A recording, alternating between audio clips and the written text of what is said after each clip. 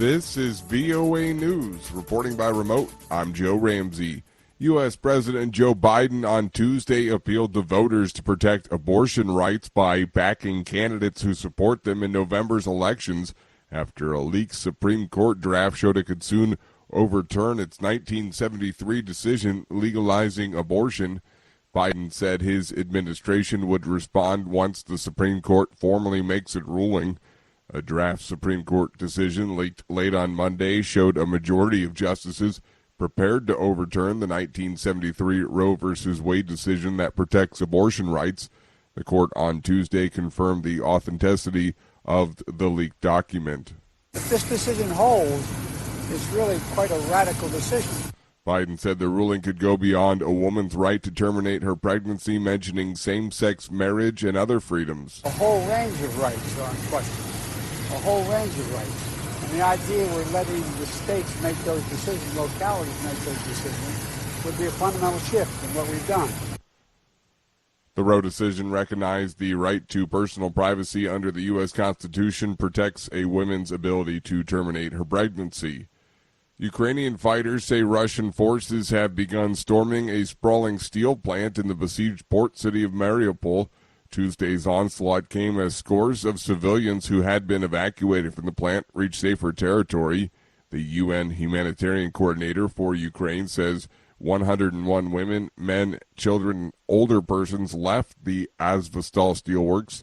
Elsewhere, Russian troops shelled a chemical plant in an eastern city, killing at least 10 people, and explosions were heard in the western city of Lviv, which has been a haven for those fleeing fighting in the east. This is VOA News. Despite Ethiopia's declared humanitarian ceasefire with Tigrayan rebels, aid groups say they are struggling to get food and medicine to those in need.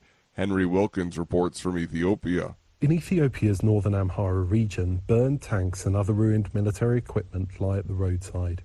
It's been 4 months since occupying forces of the Tigray People's Liberation Front, or TPLF, left the area. As the region recovers from a brutal civil war, the UN says some 9.4 million people in the Amhara region and neighbouring Afar and Tigray regions need humanitarian assistance, but aid has been slow to arrive. 17-year-old Ahmed Nuru was living in the Oromia region, but he says he had to flee after facing persecution for his Amhara ethnicity. He lost his mother when he was young. Last year, his father died after being unable to get life-saving treatment due to the war's impact on the local healthcare system. Now he is left to take care of his two sisters, 10 and 8. He says he has no idea what the future will look like and that life is really very difficult. He says he doesn't know how he's going to meet the responsibility of raising his sisters.